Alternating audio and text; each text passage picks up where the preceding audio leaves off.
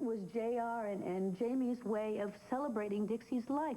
It's a tribute to her and an acknowledgement of how much she meant to you.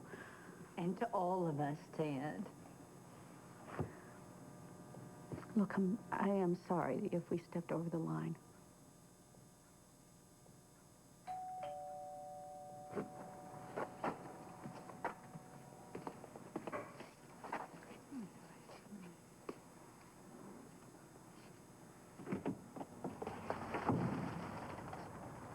Trick or treat. Trick or treat.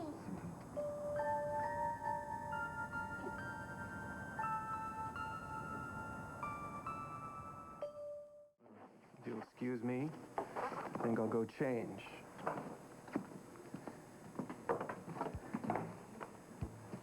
Counting the hours since we parted. What are you doing here? Well, the Martin haunted house is a local legend, although it looks pretty much the same to me. J.R. told you I was here. I just can't stop thinking about last night and you and how soft your skin felt. Stop it. Oh, come on, Brooke. Admit it. You're having the time of your life.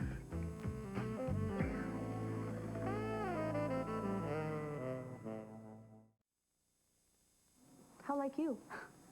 To think that one night of misspent passion and all of a sudden I'm utterly powerless to resist you. Well, there's much to be said for sweet surrender. I told you this after last night. This can't happen again.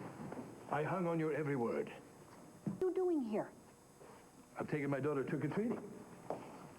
You are using your daughter to manipulate me back into bed. No. I think you have me confused with a big bad wolf. Yes. Go home to your wife. My wife? Now, that's a charade. I've told you, Brooke. Liza and I are married in name only. Well, as long as she is Mrs. Adam Chandler, then you should be at her side. No, she doesn't want me. She doesn't... Understand you? Give me a break. No. That's exactly right. That is true.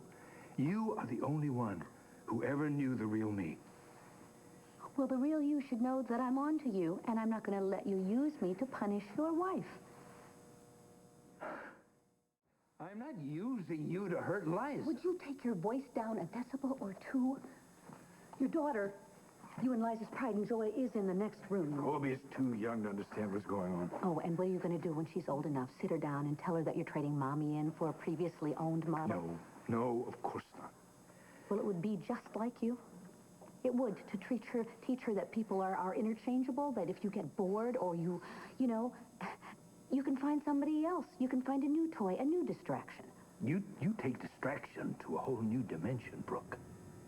We were good before, but now... Can you say that to me with a straight face? You should see your face. You look like a dog with an itch that needs to be scratched. There's more to it than that, and you know it. Fine. Yes, one night of stolen passion, and suddenly the world makes perfect sense. Yes, it does for me. My life, my world was cold and dark, and you filled it with light and warmth. You brought me back to my senses. Quite literally. All of my senses. Filled to bursting, Brooke. You are a magnificent woman. Well, you finally got something right. She is a magnificent woman. Occasionally misunderstood, but magnificent nonetheless. Daddy, Opal told my fortune. Yes, she is a real creative child, and she's got Apollo star under her left ring finger. Ooh, and what did Opal predict? Good stuff. I think Colby is going to have the happiest childhood that anybody could ever wish for. Absolutely. An absolutely perfect life. Would you like to go on to the next house, sweetheart? Thanks for the treat. Oh, you're welcome, honey bunch. Have a happy Halloween. Yes. Thanks for letting us be part of your festivities. Toodaloo. Happy Halloween. Bye, sweetie. Bye-bye. What's with him? What do you mean? Oh, he's like an Adam with a mouthful of Canary. Oh, my pumpkin cookies. I can smell them. I better get them out of the oven before they burn. I really have to get going. You know, I really meant what I said. Sometimes you are magnificent. Oh, Ted. No, it's true. You just did something wonderful for me. for all of us. And without even trying to understand, I snap your head off. I'm very, very sorry that I misunderstood. Neither one of us has had a banner year, you know. No kidding. If I'm this much fun on Halloween, I can't just imagine what I do for an encore when Christmas rolls around. Maybe I should start counting the shopping days till my next meltdown. What do you think? You'll get through it How do you know? because you have to.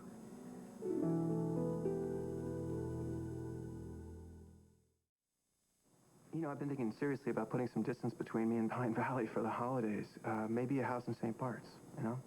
White Christmas, as in white sand. Oh, it sounds like paradise. So you're thinking of taking Jamie with you? You and Jamie. And JR, too, if he wants to go. What do you think? Me when you say I read, man. Well, what about Opal and Ruth and Joe? I think it's kind of important for us to do something for us this year, you know, so that Jamie knows no matter what happens, we're a family. And I'm sure Mom and Dad will understand, so. What about you? I need to think about it a little bit. Sure, okay. That's fine. Okay. I need to go. Listen, there are no hard feelings about tonight, right? No hard feelings. Good, because you brought a lot of magic back into our lives. Well, I think that we all can use a little bit of that. Yeah.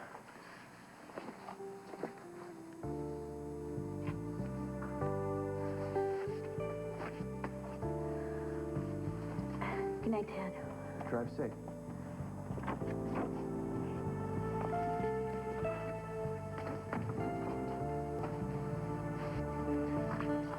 Mom, you okay? Oh, Jamie. Yeah, honey, I'm fine. Are you going to spend the night with Tad? If he's off his rant. Yes, he is. Okay, he apologized. Whatever. Is it right if JR and I go somewhere else and hang out for a while? Ask Tad. Okay? And listen, I will see you tomorrow after school. All right? Yep. Be good, you guys. Well.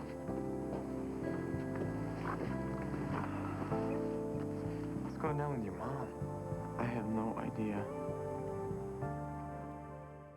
So tell me what happened with you and Brooke. Well, I made the mistake of asking her about spending Christmas with me and Jamie in the Caribbean, and she didn't seem too thrilled with the idea.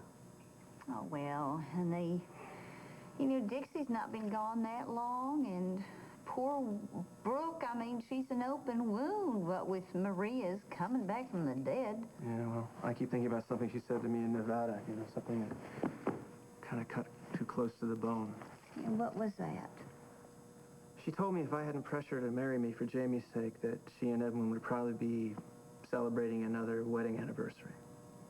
Now, Tad, you cannot think about what might have beens in this life. You got to concentrate on what is. I am. And what is I ruined her life. And this is a chance for me to make it up to her, to finally do things right for a change. Why don't you let Brooke decide what is right for her in her own time and in her own way? Mama, she's got to know that somebody in Pine Valley cares about her. Nobody should be that lonely.